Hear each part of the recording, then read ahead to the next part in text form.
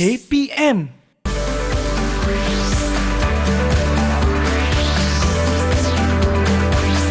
Didik TV KPM.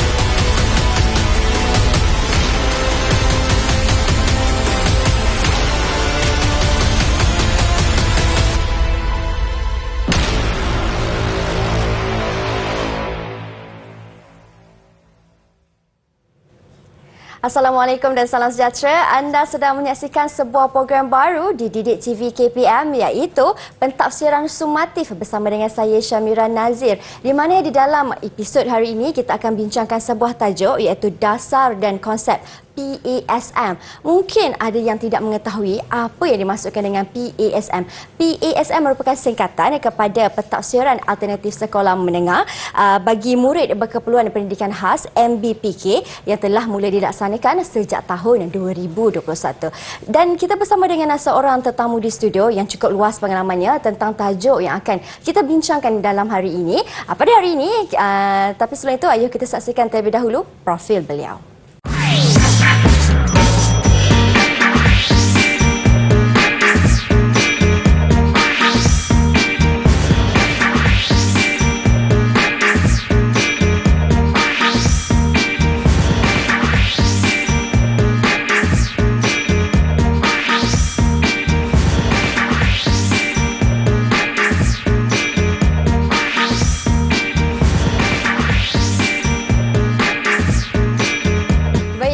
Kita bersama dengan seorang tetamu yang cukup hebat. Beliau merupakan penolong pengarah Sektor Pembinaan Instrumen Alternatif Lembaga Peperiksaan Kementerian Pendidikan Malaysia iaitu Encik Amzah Ishak. Assalamualaikum. Waalaikumsalam warahmatullahi. Apa khabar Encik Amzah? Sihat ya?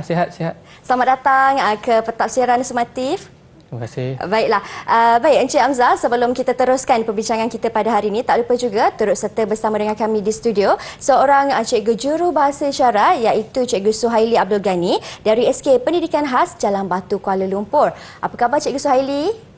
Baik, terima kasih Cikgu kerana sudi bersama dengan kami hari ini. Baiklah Encik Hamzah, hari ini kita bincangkan tentang dasar dan konsep PASM. Okay. Mungkin ada yang tidak mengetahui apa itu sebenarnya PASM. Jadi kalau Encik Hamzah boleh terangkan tentang pengenalan bagi tajuk kita hari ini.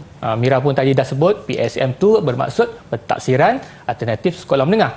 Okey, jadi kita mula perkenalkan PASM ni sejak tahun 2021 bagi kohort yang pertama. Dan 2022 adalah kohort yang kedua. Jadi kalau kita lihat kenapa kita memperkenalkan PASM ni, kita akan hurai lebih lanjut dalam 4 perkara. Okey, jadi yang pertamanya kalau kita lihat dalam Pelan Pembangunan Pendidikan Malaysia 2013-2025 ada sebut tentang menyediakan kesamarataan akses pendidikan berkualiti. Jadi kalau murid perdana, murid normal dapat pendidikan yang berkualiti, sudah pasti murid berkeperluan pendidikan khas juga perlu dapat akses pendidikan yang berkualiti jugalah. Dan kalau murid perdana atau murid normal dapat pentaksiran, persijilan yang berkualiti, sudah pasti MBPK juga perlu mendapat satu bentuk persijilan yang berkualiti. Itu yang pertamanya lah. Yang keduanya, kita sebut kita menyediakan PASM ni akan memberi manfaat kepada lebih 30,000 MBPK di lebih 1,000 buah sekolah menengah.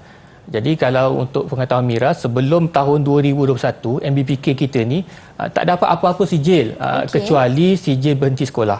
Jadi dengan memperkenalkan PSM ni ada satu manfaatlah kepada mereka setelah mereka menamatkan persekolahan di peringkat sekolah menengah. Baik. Okay, seterusnya, kita juga memperkenalkan PSM ni bagi tujuan pensijilan dan pengiktirafan.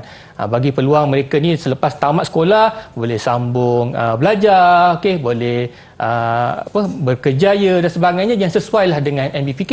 Okay, jadi selama ni mereka kalau nak cari kerja, dimaklumkan biasa guru-guru akan buat surat perakuan ataupun surat sokongan supaya murid kita ni bawa kepada majikan, tunjuk mereka boleh buat apa sebagainya. Tapi bila kita di peringkat kebangsaan ini memberikan mereka satu bentuk pengiktirafan, persijilan, sudah pasti mereka dapat gunakan sijil tersebut untuk mereka meneruskan pengajian ataupun bekerja. Baiklah. Dan yang keempat, ini satu perkara yang penting bagi KPM, Kementerian Pendidikan Malaysia, sebagai satu accountability kepada kita untuk menyediakan data dan indikator. Sebelum ni kalau kita tak ada pentaksiran, kita tak ada data kebolehan murid. Kan? Bila kita buat pentaksiran, kita ada data, indikator dan kita boleh tambah baiklah jika ada kekurangan di mana-mana, kita boleh tambah baik sistem pendidikan, khususnya pendidikan khas. Jadi seterusnya kalau kita lihat dasar PSM, bagaimana punca kuasa kita melaksanakan PSM ni. Okey, kalau kita lihat kita telah mengeluarkan surat perkeliling ikhtisas Kementerian Pendidikan Malaysia bilangan 10 tahun 2021 iaitu pelaksanaan pentaksiran alternatif sekolah menengah bagi murid berkeluaran khas mulai tahun 2001 bertarikh 23 Disember 2001. Jadi setiap sekolah saya pasti sudah dapat surat perkeliling ini dan mereka boleh melaksanakan PSM ni jika ada calon-calon yang sesuai ataupun yang memenuhi syarat yang kita tetapkan. Dan kalau kita lihat mungkin ramai yang bertanya lah apa syarat-syarat pendaftaran untuk PSM ni. Kan? Jadi kita kata PSM ni satu perkara atau pentaksiran yang berbeza daripada peperiksaan biasa. Kan, dari saya pentaksiran konvensional yang biasa sebab dia alternatif. Jadi kita kata pendaftaran untuk calon-calon PSM ini perlu dilakukan mulai tahun pertama persekolahan sekolah menengah. Jadi dia akan daftar, contoh murid kita ni masuk tingkatan 1, di tingkatan 1 lah dia didaftarkan sebagai calon PSM. Sehinggalah dia menamatkan persekolahan. Okey, untuk makluman Mira juga, untuk murid-murid pendidikan khas ni, murid-murid berkeluaran pendidikan khas ni, mereka ada boleh tambah setahun atau 2 tahun dalam sistem pendidikan. Jadi mereka tak semestinya tamat umur 17, mungkin boleh tamat umur 18, umur 19. Okey, jadi masa kita tidak kiralah bila masa mereka tamat sekolah, bila tamat saja persekolahan, kita akan berikan sijil setelah dia menamatkan persekolahan. Jadi tempoh pendaftaran ataupun tempoh mereka menduduki mengikuti PSM ni kemungkinan 3, 4, 5 ataupun 6 tahun.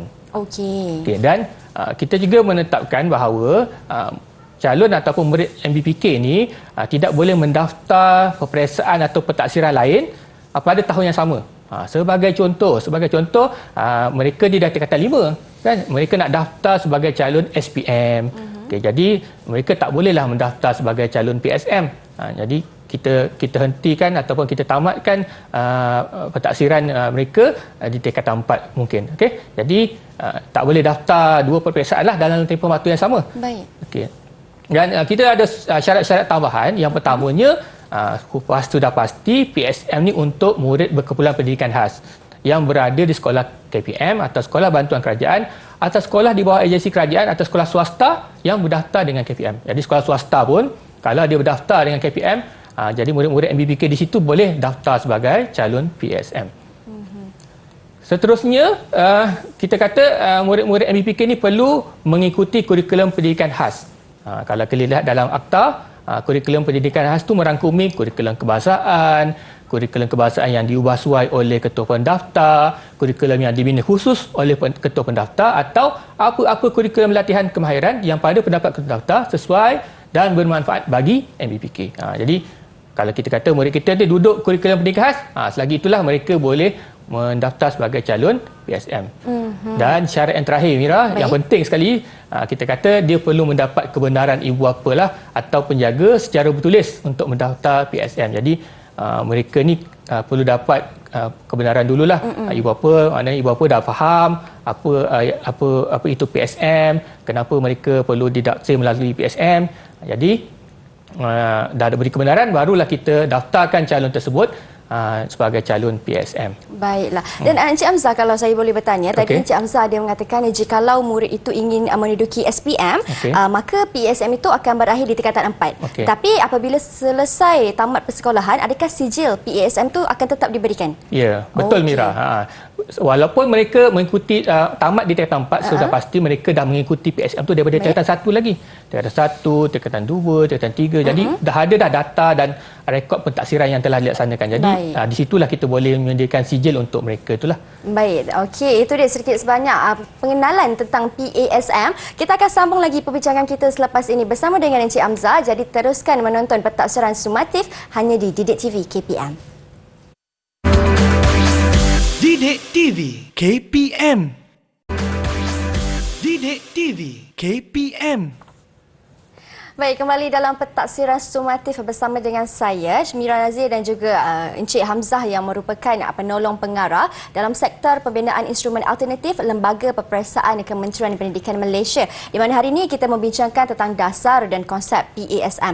Kalau Encik Hamzah boleh terangkan, adakah PSM ini konsepnya serupa dengan pentaksiran yang lain ataupun sedikit berbeza?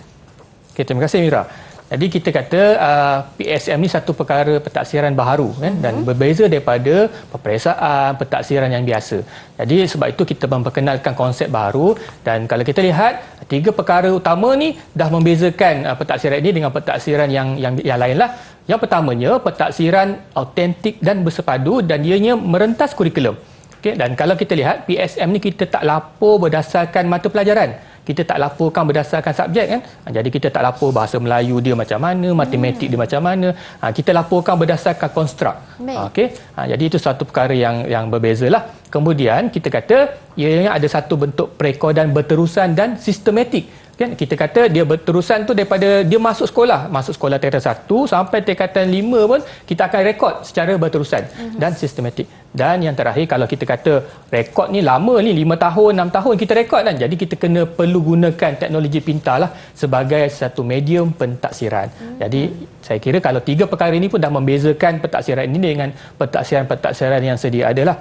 Dan kalau kita lihat ada 10 ciri-ciri PSM ni yang kalau kita fahami satu persatu, kita dapat lihat sudah pasti PSM ni memang berbeza dengan pentaksiran yang biasalah. Dan kalau kita lihat ciri yang pertama, kita kata dia mengesan kebolehan ataupun tapping into ability ni, dan kita nak melihat kebolehan dalam ketidakbolehan. Kita dah tahu dah murid kita ni ada banyak yang dia tak boleh, tapi kita lihat apa yang dia boleh, apa yang dia boleh. Dan kalau kita kata kalau murid-murid begini, kalau kita selalu test kan, test uji dia akan jadi stres. Sebab tu kita katakan kita tap. Tap ni kita meneroka, mengesan keupayaan dan kebolehan dia. Jadi kita akan lihatlah apa yang dia boleh, kita rekod dan kita laporkan. Itu yang pertama, yang penting sekali. Yang kedua, kita kata kita berbeza daripada pentaksiran yang biasa. Jadi kita perkenalkan model baru, model ERRA. Kalau kita model di sebelah dia tu adalah model QRSG, tu model lama lah. Kita kata kalau dalam peperiksaan kita ada kertas soalan, murid memberikan jawapan, kemudian guru memberikan skor, dan last sekali mereka akan dapat, akhir sekali mereka akan dapat grade. Itu kaedah lama lah, maknanya habis saja peperiksaan tu dapat grade habis. Tapi dalam pentaksiran PSM ini kita mengenalkan satu model baru, ERRA ni berdasarkan persekitaran. E yang pertama tu environment kan, persekitaran, kemudian R-nya adalah reaksi, kemudian yang ketiga tu recognition, pengenalpastian, dan yang terakhir adalah acknowledgement, pengiktirafan. Jadi kalau kita lihat murid-murid MBPK ni kekuatannya adalah bila berada dalam persekitaran. Sebab tu kalau kita lihat guru-guru pendidikan khas ni selalu dia tak boleh mengajar saja dalam kelas. Murid kita ni tak boleh duduk dalam kelas saja sepanjang waktu. Kena bawa keluar. Bawa keluar kan, bawa ke kantin, bawa ke padang. Kadang-kadang murid-murid ni dibawa main bowling lah sebagainya. Jadi dalam persekitaran itulah mereka dapat tunjukkan reaksi kan, dapat tunjukkan potensi, dan bila kita boleh kenal pasti dan kita boleh lapor dan boleh beri iktirafan. Sebab tu kita gunakan model yang berbeza lah, model ERRA. Ni model kita ni, model Malaysia. Okay? Wow. Okay. Seterusnya kita kata jendela pentaksiran, assessment window. Kita kata apa juga yang berlaku dalam persekolahan.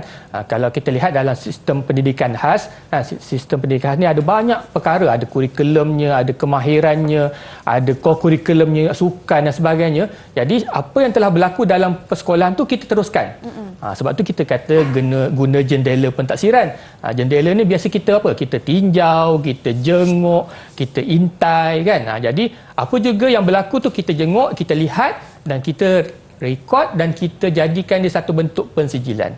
Kita tak ganggu apa yang telah berlaku dalam sistem persekolahan. Berbanding dengan peperiksaan kan. Kalau peperiksaan dulu mungkin Mira dulu belajar 5 tahun, berhenti belajar, dia kata 5, ambil SPM, kemudian habis belajar kan. Lepas tu belajarlah, tempat sambung belajar lagi. Tapi di dalam sekolah, habis belajar, exam, kemudian tamat. Tapi berbanding dengan PSM ni, dia sentiasa boleh berterusan pentaksirannya. Baik. Dan yang keempat, kalau kita lihat pentaksiran biasa, hanya guru saja sebagai pentaksir. Jadi beban 100% kepada guru untuk mentaksir. Tapi untuk PSM ni uniknya kita memperkenalkan 5 orang pentaksir.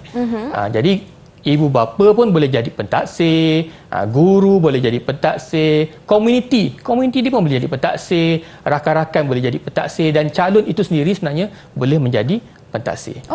Jadi beban untuk mentaksir itu bukan hanya kepada guru sahajalah. Okey, yang kelima kita kata PSM ni kita taksir secara berterusan, fleksibel dan individu. Okey, seperti yang kita dah sebut tadi, dia akan berterusanlah daripada mula dia bersekolah sampailah dia menamatkan persekolahan. Kemudian kita kata dia fleksibel. Fleksibel ni dia tidak terhad kepada masa, tempoh dan tempat. Dia tak ada lagi kertas peperiksaan, tak ada pengawas peperiksaan, tak ada dewan peperiksaan, tak ada pemeriksa sebagainya. Jadi hanya menggunakan environment sahaja untuk menentukan pentaksiran yang dilakukan. Jadi dia fleksibel lah di situ kan. Dia bergantung kepada sekolah bagaimana dia nak melaksanakan pentaksiran di sekolah masing-masing. Dan walaupun pentaksiran tu dilaksanakan secara contoh beramai-ramai kan dalam satu kelas sebagainya, tapi pelaporannya masih lagi secara individu. Jadi setiap murid tu mempunyai ruang dan peluang untuk ditaksir sebagai secara individu lah. Baik. Okey. Okey, itu dia sedikit tentang konsep PSM. Di mana kalau saya lihat dia merangkumi kesemuanya kan. Ya, kerana pentaksirnya bukan sahaja pendidik tetapi macam Encik Hamzah terangkan tadi, ibu bapa dan murid itu sendiri boleh menjadi pentaksir kepada dirinya. Betul. Okey, sesuatu yang cukup unik yang baru saya ketahui hari ini dan mungkin perkongsian ini juga memberikan pencerahan kepada ibu bapa yang sedang menonton di rumah sekarang. Tapi kita akan berhenti berehat seketika. Kita akan sambung lagi perbincangan kita dengan Encik Hamzah hanya di pentaksiran sumatif. Jangan ke mana-mana. Didik TV KPM. Didik TV KPM. Baik, kembali kita dalam pentaksiran sumatif bersama dengan Amira, Encik Hamzah, di mana kita membincangkan tentang PSM yang merupakan pentaksiran alternatif sekolah menengah untuk murid-murid MBPK ataupun murid berkeperluan pendidikan khas. Kalau murid-murid ini tidak diuji di dalam mata pelajaran Encik Hamzah, bagaimanakah mereka diuji di dalam pentaksiran ini? Okay, terima kasih Mira. Jadi kalau kita lihat, saya sebut tadi, kita tak mentaksir ataupun melaporkan berdasarkan mata pelajaran. Kita tak melaporkan berdasarkan subjek sebagainya, tapi kita melaporkan murid-murid kita ni dalam konstruk. Okay, dia berasaskan konstruk. Sambungan kepada 10 ciri tadi, ini ciri yang ke-6, ia adalah berasaskan konstruk. Kita ada 5 domain, ada 19 elemen dan kita ada 53 outcome ataupun konstruk lah. Jadi kalau kita lihat di situ ada domain kerohanian dan nilai murni, ada akademik fungsi, pembangunan personel, hidup berdikari dan perkembangan kerjaya. Jadi kalau kita lihat di situ ada 53 dan kita boleh lihat kita akan uji dan taksir mereka berdasarkan konstruk makan dan minum ada di situ, berpakaian ni macam mana, penggunaan tandas sehinggalah kepada pembinaan organisasi. Dan kalau kita lihat pembinaan organisasi ni bukanlah dia kena urus satu syarikat yang besar kan, tapi kalau sekadar dia menguruskan kios burger ke kios air ke sebagainya, itu pun kita kira sebagai satu bentuk pembinaan organisasi. Okey, jadi seterusnya bagi setiap outcome ataupun konstruk itu, kita ada standard kebolehan. Kita kata tadi kita mengesan kebolehan dalam ketidakbolehan kan. Jadi kita ada standard kebolehan yang mengandungi 27 skala. Jadi dia skala daripada 1 sampai 27 tu merangkumi tahap ilmu amal adab, kemudian peringkat diri, keluarga, masyarakat, dan kualiti ada, cukup dan lebih. Jadi setiap 53 tu ada standard kebolehannya yang setiap pentaksir boleh taksir dan boleh rujuklah kepada standard kebolehan yang kita sediakan. Baik, Encik Hamzah, sebelum itu tentang berasaskan konstruk ini ada 53, adakah murid-murid ini semua perlu menguasai ke semua 53 konstruk ini? Okey, terima kasih Mira. Jadi kita kata kita sediakan 53 konstruk untuk ditaksir. Jadi tidak semestinya mereka perlu menguasai 53 baru mereka diberikan sijil. Okey, tak semestinya. Jadi walaupun mereka dapat satu saja konstruk, kita boleh bagi dia sijil. Contoh dia hari-hari pakai baju kat sekolah kemas, bersih sebagainya. Dia dah konstruk berpakaian di situ dan kita boleh berikan sijil walaupun hanya dengan satu konstruk sahaja. Baiklah. Okey. Seterusnya selepas kita dah ada standard kebolehan, kita terus kepada dia berpusatkan murid. Sebab ini kita mentaksir murid-murid istimewa kan. Murid-murid istimewa ni kita melihat kepada potensi ataupun kebolehan murid. Kita taksir bila murid bersedia. Okey, mungkin guru dah mengajar sebulan 2 bulan, jadi setelah 2 bulan pembelajaran itu dia dah bersedia untuk ditaksir. Kemudian guru boleh mentaksir. Seterusnya guru akan rekod sejujurnya lah, rekod berdasarkan kebolehan sebenar murid. Jadi guru akan rekod setiap apa yang murid itu tunjukkan kebolehan mereka dan lapor bila murid gembira kan. Jadi murid ni seperti kita sebut tadi, dia ada tempoh ekstra atau tambahan 2 tahun dalam sistem pendidikan ni. Jadi kalau contoh dia tak nak sambung kan 2 tahun tu, dia kata saya punya pelaporan ni dah lengkap cikgu, saya dah rasa dengan saya punya sijil ni saya dah boleh cari pekerjaan, boleh sambung pelajar. Jadi dia boleh tamatkan bila dia rasa dia dah gembira dengan pelaporan yang dia dapat tu lah. Dan kita kata kita juga tak ada kertas peperiksaan. Macam mana nak taksir kalau tak ada kertas peperiksaan, tak ada instrumen dan sebagainya. Jadi kita gunakan instrumen kita dinamakan Environment Based Assessment Instrument, EB. Jadi instrumen berdasarkan persekitaran. Okay, jadi kita sediakan instrumen ni ataupun EB kita ni berdasarkan apa yang sedia berlaku di sekolah. Contoh kalau Mira tengok dekat bot tu ada daripada 1 sehingga 40 tu adalah yang kita sediakan lah.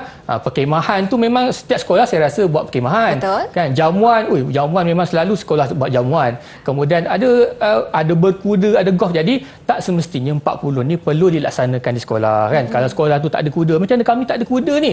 Macam mana nak laksana instrumen ni? Tadi tak perlulah buat. Jadi kita kata instrumen ni bergantung kepada kesesuaian dan kemudahan yang ada di sekolah. Jadi sekolah ada pilihan, kita kata fleksibel tadi kan. Sekolah ada pilihan sama ada dia nak melaksanakan instrumen yang sesuai saja dengan apa yang ada di sekolah mereka lah. Dan akhirnya selepas kita mentaksir murid ni, kita nak beri mereka sijil digital. Kenapa sijil digital? Kenapa tak sijil biasa saja? Kan macam kita punya SPM, kita ada sehelai sekeping kertas sijil SPM yang bercetak tu. Tapi kalau kita kata untuk sehelai itu tidak boleh menggambarkan murid itu kan. Dengan sehelai kertas kita banyak maklumat nak beri pada masyarakat ni tentang apa yang murid kita ni boleh, tak cukup dengan sehelai kertas. Jadi kita kena gunakan medium digital. Kita kata kita ada dalam bentuk ni pola bacat lah kan. Kita setiap pola bar tu mewakili satu outcome ataupun satu konstruk. Jadi kalau dia dapat 53 outcome tu, dia akan penuh lah dia punya carta dia ni. Okay?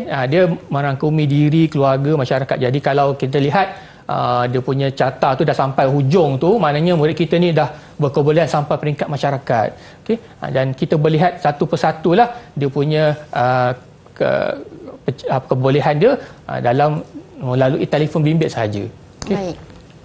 Dan ini adalah sijil ataupun pelaporan yang akan diperolehi oleh murid kita.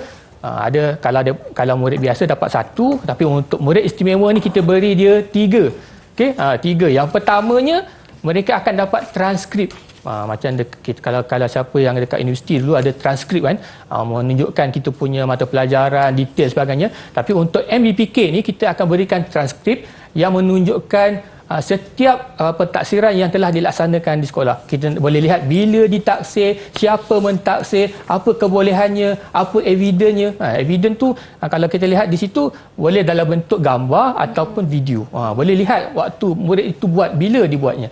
Kemudian selain daripada transkrip, kita juga menyediakan juga CJ fizikal. CJ fizikal ni akan diberikan bila mereka menamatkan persekolahan.